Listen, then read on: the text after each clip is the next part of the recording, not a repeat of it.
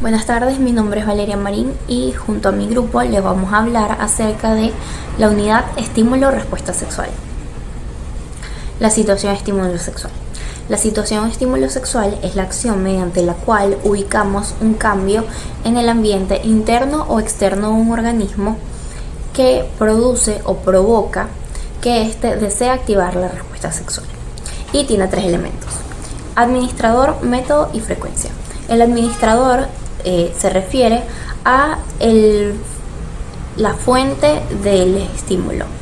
El método se refiere a la estructura que haya sido estimulada y el método que haya sido utilizado.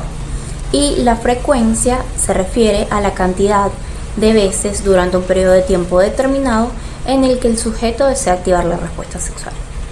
Tenemos varios tipos de estímulos y se van a clasificar de acuerdo al sentido que ellos activen. Tenemos los estímulos visuales, que van a ser todos los que activen el sentido de la vista, y pueden ser observar a una persona, una revista, películas, lencería, espejos, todo lo que tenga que ver con la vista. Los estímulos auditivos son aquellos que activen el sentido de la audición, y pueden ser sonidos, pueden ser desde un susurro, el tono de la voz, gemidos, jadeos, entre otros. Los imaginativos, como su nombre lo indica, son todos los que tienen que ver con la imaginación y son los que se producen en nuestra mente. Entonces pueden ser incluso recordando situaciones pasadas o imaginando algo que no tenga que ver con la realidad. Los físicos o táctiles son todos aquellos que activan nuestros sentidos de la piel y pueden ser estimulados mediante texturas. Pueden ser seda, plumas, el simple tacto de las diferentes texturas, como también pueden ser desde un roce hasta una nalgada. Los olfativos son aquellos que activan el sentido del olfato y tienen que ver con olores. Entonces puede ser el olor de un perfume o principalmente feromonas. Mi nombre es Yarismar Jiménez y yo les voy a hablar acerca de la respuesta sexual.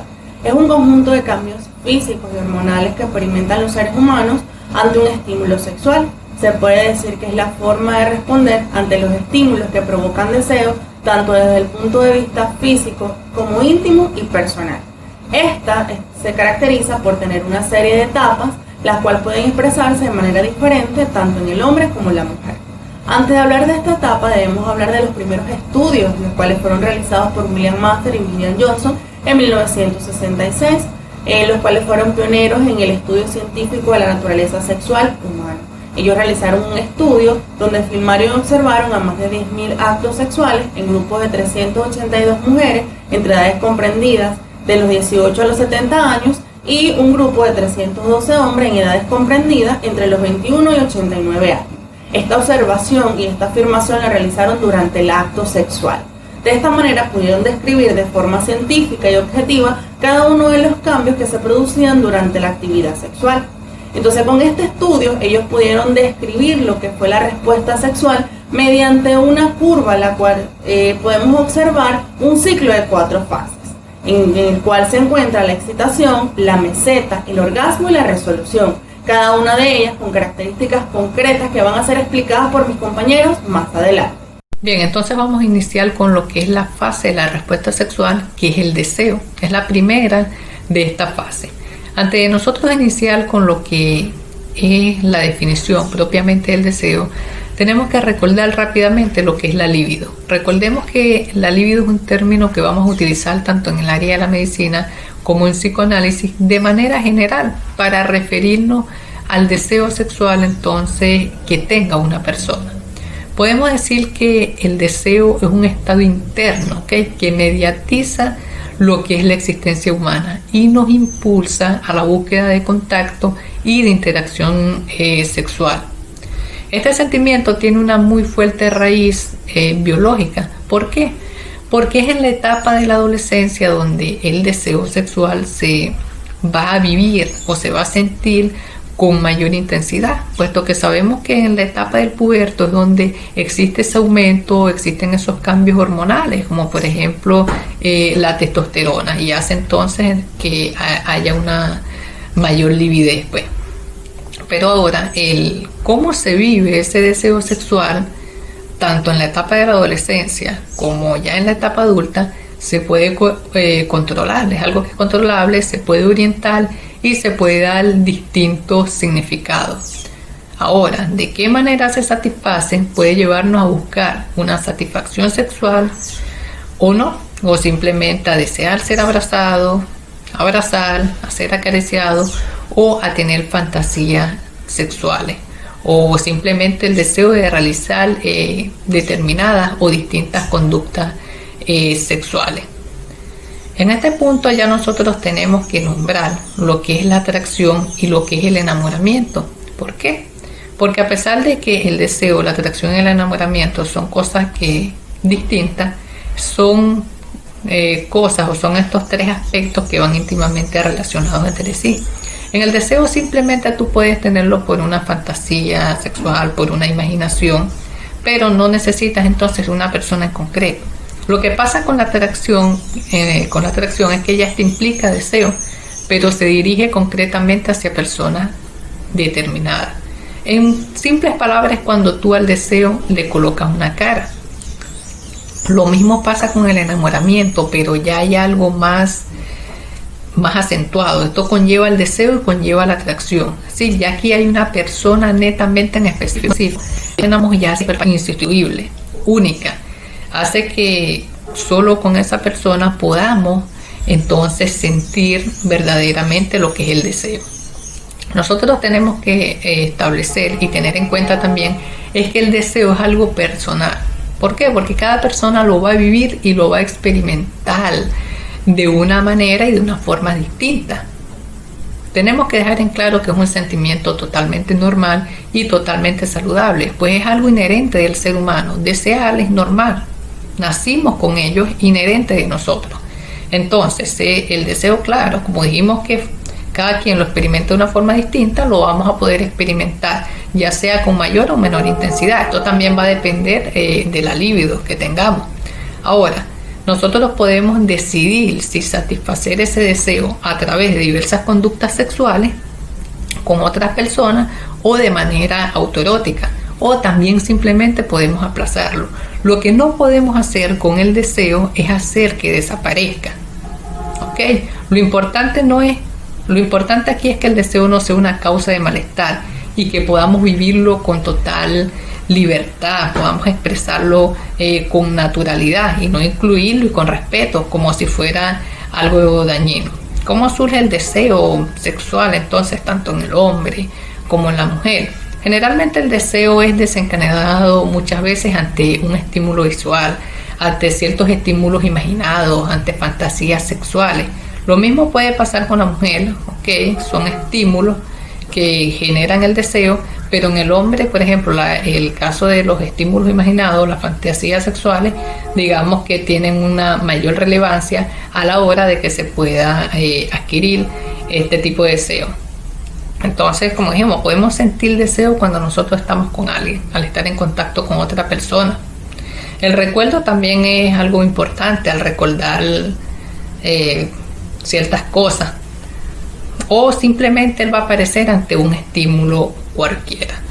Entonces, lo que tenemos que recordar aquí también, nombrar, mejor dicho, es que el deseo va a estar influido por el tipo de entorno donde se encuentre o donde se haya desarrollado el individuo. Va a estar reflejado por sus valores, por la parte cultural, la parte religiosa. Entonces, si eso va a depender, si una persona piensa que el deseo es algo malo, es algo dañino o algo pecaminoso, o si por el contrario piensa que es algo bueno, todo eso va a hacer entonces que ese deseo sea sentido como un malestar, como algo malo, o simplemente puede hacer que lo exprese con naturalidad. O en el caso, por ejemplo, de que lo vea como algo pecaminoso, como algo dañino, puede terminar entonces inhibiendo ese deseo porque siente que es algo malo. A pesar, como nombramos inicialmente, para concluir, que es en la etapa de la adolescencia donde nosotros vamos a experimentar mayor el deseo, no podemos decir, a diferencia de, por ejemplo, de lo que es la excitación, que existan unos cambios orgánicos, unos cambios anatómicos evidentes. Fisiológicamente sí sabemos que hay un aumento, por ejemplo, en el caso de la testosterona, pero no hay cambios orgánicos evidentes en esta etapa de la respuesta sexual. Buenos días, mi nombre es Sigmarlis Malavé y para dar continuación a la exposición hablaremos acerca de las fases de la respuesta sexual. Específicamente me referiré a la fase de excitación. La fase de excitación es la segunda fase de la respuesta sexual, que se caracteriza porque empezaremos a ver los cambios físicos a nivel del hombre y de la mujer como respuesta sexual a ciertos estímulos. Estos estímulos pueden ser tanto físicos como psicológicos. Otra de las cosas que caracteriza a esta fase es la vasocongestión. La vasocongestión nos va a permitir ver los cambios físicos un poco más de la fase pasada. Estos cambios físicos van a ser: en el hombre va a haber erección del pene, salida del líquido de lubricación de la uretra y va a haber elevación del escroto y de los testículos hacia el perine. Otra de las cosas que también podemos acotar al hombre es la contracción muscular irregular. En cuanto a la mujer, vamos a ver lubricación rápida, vamos a ver aumento y elevación del útero y del cuello uterino, vamos a ver agrandamiento del clítoris, también podremos ver crecimiento en el volumen de los senos, hinchazón areolar y podemos ver también un rubor sexual que se va a extender desde el esternón hasta el abdomen aproximadamente. Aparte de estos cambios físicos que vamos a ver en ambos sexos, también podremos ver cambios fisiológicos. En este caso hablaremos de cambios fisiológicos que son comunes en ambos sexos. Estos cambios fisiológicos son la frecuencia cardíaca y la tensión arterial. Estos van a ir en aumento. También vamos a ver contracciones musculares irregulares y vamos a ver incremento del ritmo cardíaco y también podemos ver incremento de la presión arterial. Otra de las fases del ciclo de respuesta sexual es la fase de meseta. La fase de meseta se caracteriza por el aumento de la vasocongestión, de la tensión muscular, del ritmo cardíaco y de la tensión arterial como preparación para el orgasmo. La fase de meseta es un estado avanzado de la excitación que precede al orgasmo. En esta fase se van a producir ciertos aspectos o características que se pueden evidenciar tanto en las mujeres como en el hombre. En las mujeres se produce vasocongestión de los tejidos del exterior de la vagina, la parte interna de la vagina se expande totalmente, el útero se eleva por completo, el clítoris se esconde y se acorta. También es posible evidenciar un color rojizo en los labios menores, dilatación de las aureolas de los pechos, las glándulas de Bartoli secretan un fluido que parece mucosidad. En los hombres ocurre incremento de la circunferencia de la corona del pene, el glande se torna de color púrpura oscuro, los testículos se elevan más para la eyaculación y las glándulas de Cooper secretan unas gotas de fluido que aparecen en la punta del pene. Buenas tardes, mi nombre es Valeria Marín y yo les voy a continuar hablando acerca de las fases de la respuesta sexual, específicamente sobre el orgasmo. El orgasmo es una respuesta neurovegetativa producida por el organismo en respuesta a los estímulos ocasionados durante la fase de excitación. Cuando los músculos pélvicos y genitales alcanzan su mayor punto de tensión debido a la cantidad de sangre acumulada en estos, envían un mensaje a la médula. Por lo tanto, el orgasmo es la respuesta a estos mensajes. Entonces tenemos que la fase orgásmica es la descarga de tensión neuromuscular de forma involuntaria y repentina cuando la estimulación alcanza su máxima intensidad.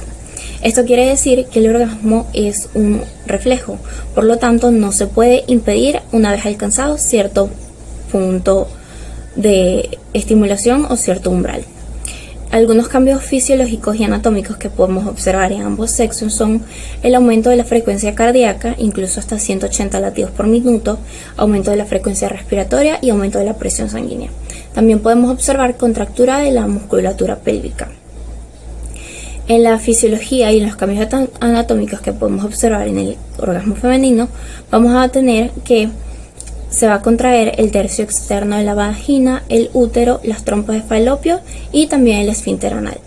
El clítoris va a permanecer retraído, pueden haber contracciones musculares involuntarias y además un aumento en el umbral del dolor en ciertas zonas o áreas del cuerpo. En el orgasmo masculino vamos a observar el cambio más notable va a ser la eyaculación y la contracción del pene y la uretra durante la eyaculación. Además, se va a contraer la musculatura pélvica y el esfínter.